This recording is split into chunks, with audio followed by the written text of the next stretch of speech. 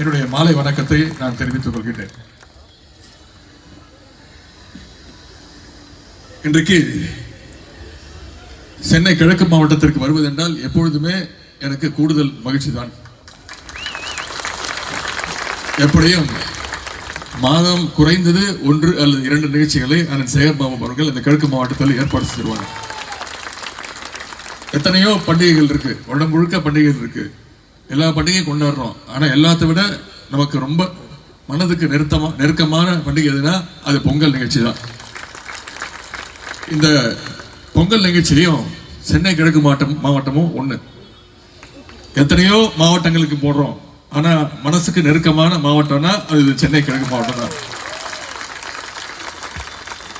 பொங்கல் எவ்வளவு சிறப்பான நிகழ்ச்சியோ, நம்முடைய பண்பாட்டு திருவிழா பொங்கல் அதை இவ்வளவு சிறப்பாக கொண்டாடி வந்திருக்கிறோம், இன்னைக்கு கொண்டாடி கொண்டிருக்கிறோம்.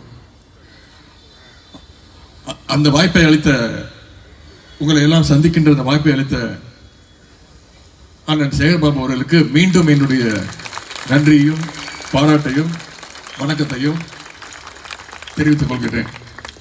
சென்ற மாதம் கிறிஸ்துமஸ் தின நிகழ்ச்சி, அந்த நிகழ்ச்சியிலேயே இந்த நிகழ்ச்சிக்கு தேதி வாங்கிட்டார். இப்போ எனக்கு தெரிஞ்சு அடுத்த மாதம் ஏதாவது தேதி கேட்பார், அது அவருடைய வழக்கம். நானும் கொடுத்துருவேன். எவ்வளவு சுற்றுப்பயணங்கள் இருந்தாலும் அவர் எப்பொழுது கிழக்கு மாவட்டத்திற்கு நான் வர வேண்டும் என்று கேட்டாலும், அது வர முடியாத சூழ்நிலையாக இருந்தாலும் என்னை இழுத்து கொண்டு வந்து விடுவார். அதுதான் சேகர்பாபுனுடைய ஸ்பெஷல். அது நானாக இருந்தாலும் சரி. நேற்று தமிழக முதலமைச்சர் நம்முடைய கழக தலைவரை வைத்து சமத்துவ பொங்கல் தினத்தையும் மிகச்சிறப்பாக தலைவருடைய தொகுதி கொளத்தூர் தொகுதியில சிறப்பாக கொண்டாடினார். கிறிஸ்துமஸ், ரம்ஜான், தீபாவளி, தலைவருடைய பிறந்தநாள், என்னுடைய பிறந்தநாள்,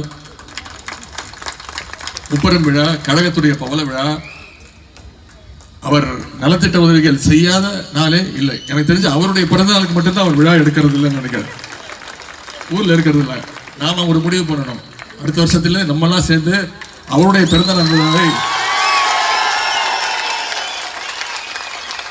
அவருக்கு போட்டியாக நாம் நடத்த வேண்டும். அது சென்னை கிழக்கிலே நடத்தணும்.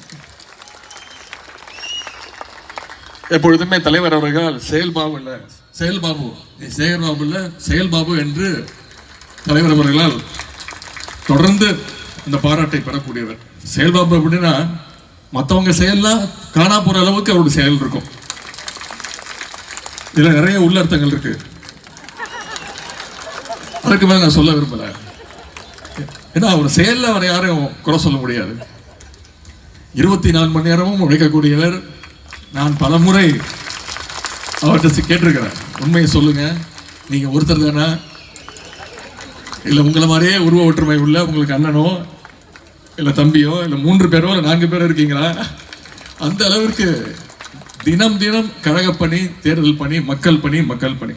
தலைவர் என்ன கட்டளையிட்டாலும் அதை களத்தில் இறங்கி செயல்படுற முதல் மாவட்ட கழக செயலாளர். நிறைய மாவட்ட கழக செயலாளர் என்ன கோச்சிப்பாங்க, பரவாயில்ல, அதெல்லாம் சேகர்பாபு பண்ண பார்த்துப்பாரு, அவர் வேற படிய போட்டு.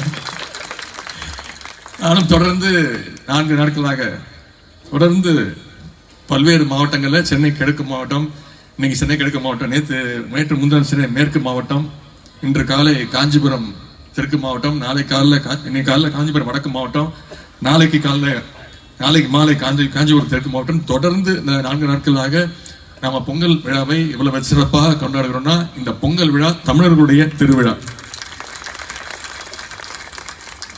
நம்முடைய பண்பாட்டுடைய சின்னம் இந்த பொங்கல். அதனாலதான் இந்த பொங்கல் விழா நம்ம கொண்டாடக்கூடாதுன்னு நம்ம ஒன்றிய அரசு திட்டமிட்டு ஒன்றிய தேர்வுகளை